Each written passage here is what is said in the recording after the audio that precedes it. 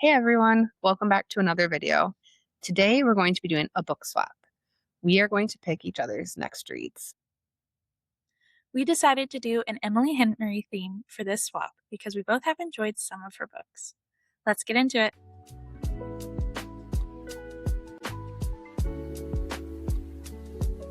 So, Adria, what are you reading? I am currently reading and almost done with The Favorites by Lane Fargo.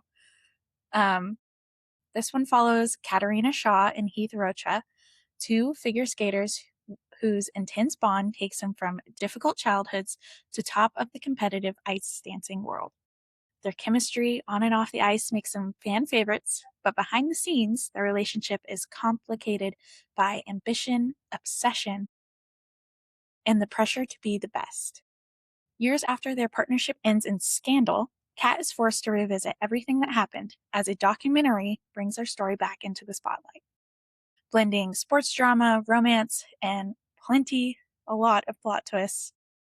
The Favorites is an emotional story about love, sacrifice, and what it really costs to chase your biggest dreams. This one, I think, is really, really good. Lane Fargo is an excellent writer, and this documentary style type writing is really good for her. She does it very, very well. And I think this story is just super captivating. When you first read the synopsis, it sounds like it's just going to be a sports romance. And then you read the second paragraph, and it really shows that it's more of like a literary fiction. And that really drew me in. And then I started it, and it is just so amazing. The characters are so good. Again, like I said, the writing's good. Just, I love this book. This is my type of book. Like I said, I'm loving literary fictions right now, so it does sound good.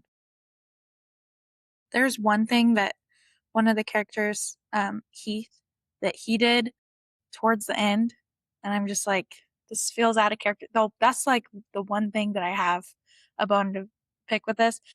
It feels like he did something that would be way out of character.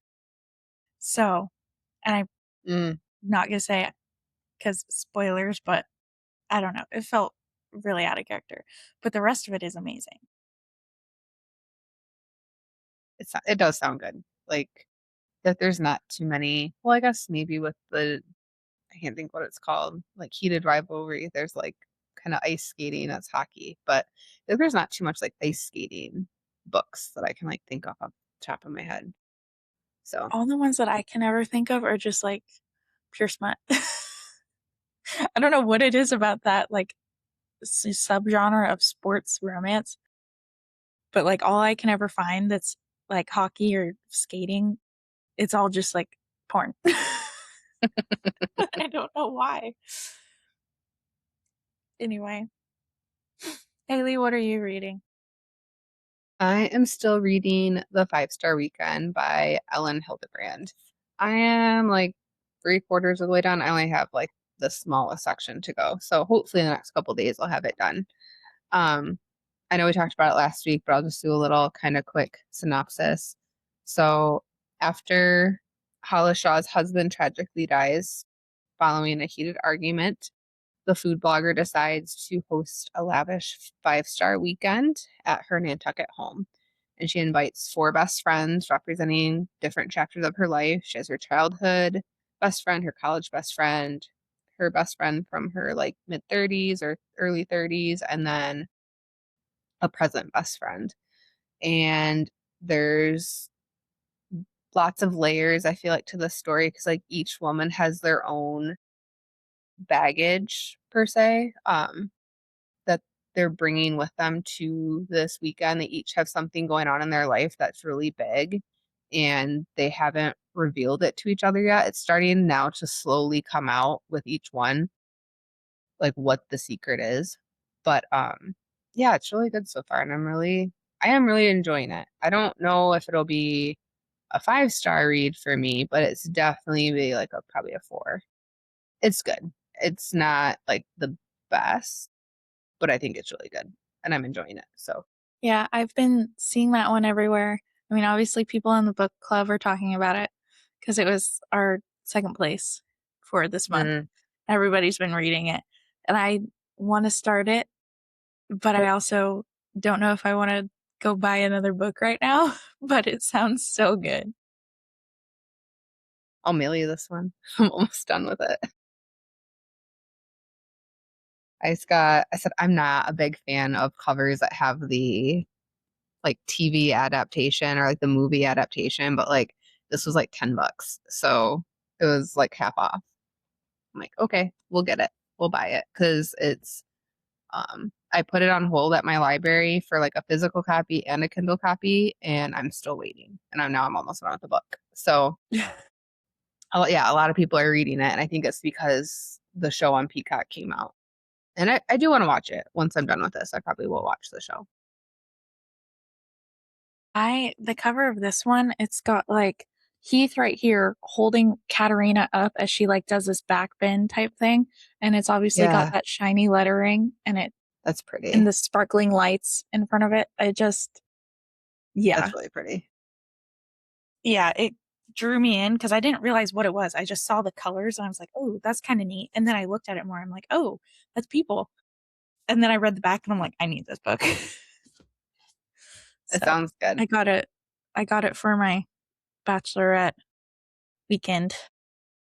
One of our things to do was go to a bookstore and because we're all like, except for Easton, but oh well, we all went to Barnes and Noble and got some books. Well, that's so fun. Yeah. That is on brand for you. So Yeah. Yeah, it definitely I is. would expect nothing less. All right. So we both have read a handful of Emily Henry books, but not all the same ones. So we thought it would be fun to pick our favorite Emily Henry book that the other has not read. So, do you want to start, Adria? Which book did you pick for me? Sure. I'm going to make you read Beach Read, obviously by Emily Henry. This one follows January Andrews, who is a romance author who no longer believes in happily ever afters. And it also follows Augustus Everett, who is a literary fiction writer who's struggling with writer's block. When they end up as neighbors for the summer, they make a bet to shake things up. January will try writing serious literary fiction, and Gus will write a romance. As they spend more time together researching for their books, the two begin to challenge each other's perspectives on love, life, and happiness. This is one that's been on my TBR, but I have not read it yet. So, Yeah. I mean, I've talked about this book before. I think it's my favorite Emily Henry. It's like the perfect contemporary romance for me. I don't know what it is about this book, but it is perfect for me. So, I th- even if it's not going to be your favorite, even if you don't like it as much, I need you to read it. So, for sure. yeah.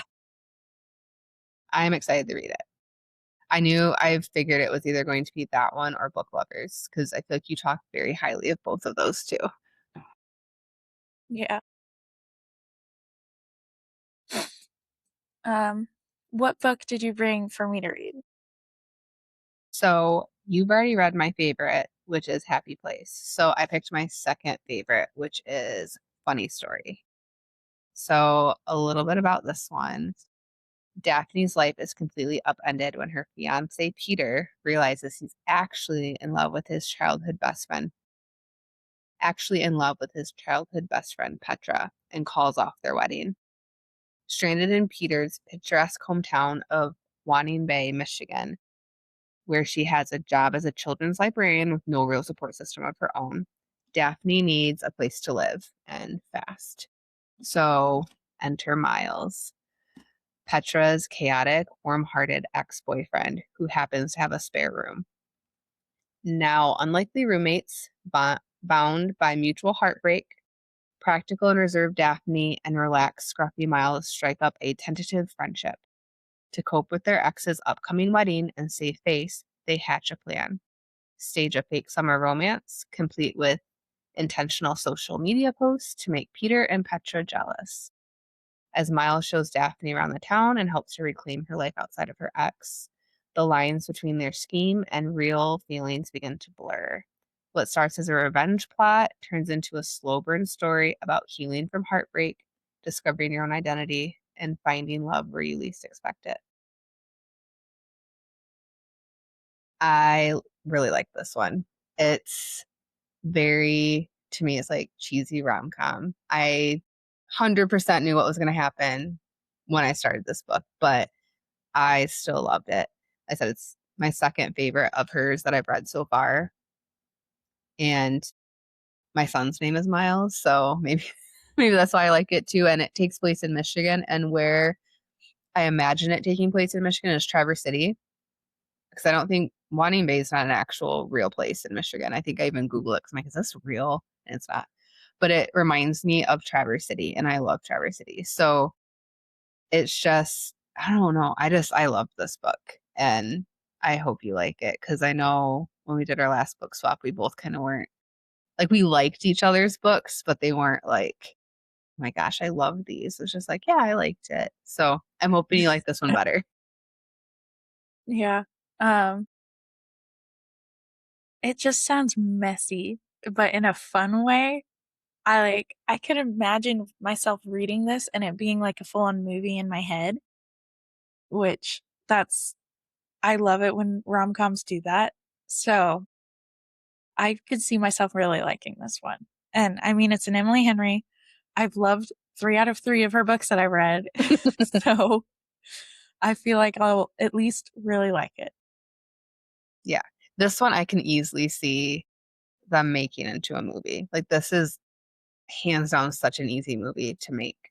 But, and I I feel mean, like all they of made hers. probably, yeah, probably. I mean, they made People We Meet on Vacation, so maybe they'll remake or they'll make more of her books into movies. But yeah, I'm excited for us to read these and share our thoughts. Well, thank you so much for watching this video from the Curated Pages podcast. Don't forget to like, subscribe, and ring that bell. Until next time, Stay lost in the pages. Bye. bye.